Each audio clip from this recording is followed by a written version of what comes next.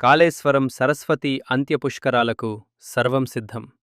మే 21 నుంచి జూన్ 1 వరకు 12 రోజుల పాటు జరిగే సరస్వతి అంత్య పుష్కరాలకు రాష్ట్ర ప్రభుత్వం భారీ ఏర్పాట్లు చేసింది.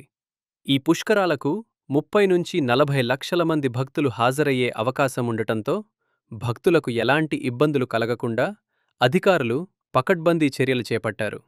వేసవి తీవ్రతను దృష్టిలో పెట్టుకుని ఘాట్ల వద్ద చలువ పందిళ్లు, కాయర్ మ్యాట్లు, తాగునీటి సదుపాయాలు, ఓఆర్ఎస్ ప్యాకెట్లు అందుబాటులో ఉంచారు.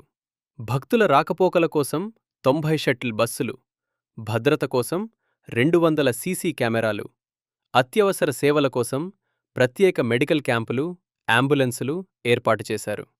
పుష్కర ఘాట్ల వద్ద 100 మంది గజ ఈతగాళ్లు, ఎస్డీఆర్ఎఫ్ బృందాలు, సేఫ్టీ బోట్లు, లైఫ్ రింగ్స్తో ప్రత్యేక భద్రత కల్పించారు.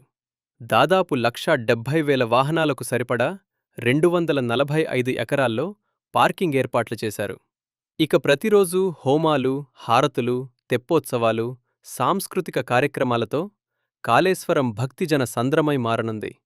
భక్తులందరూ సురక్షితంగా పుష్కర స్నానాలు ఆచరించాలని అధికారులు సూచిస్తున్నారు.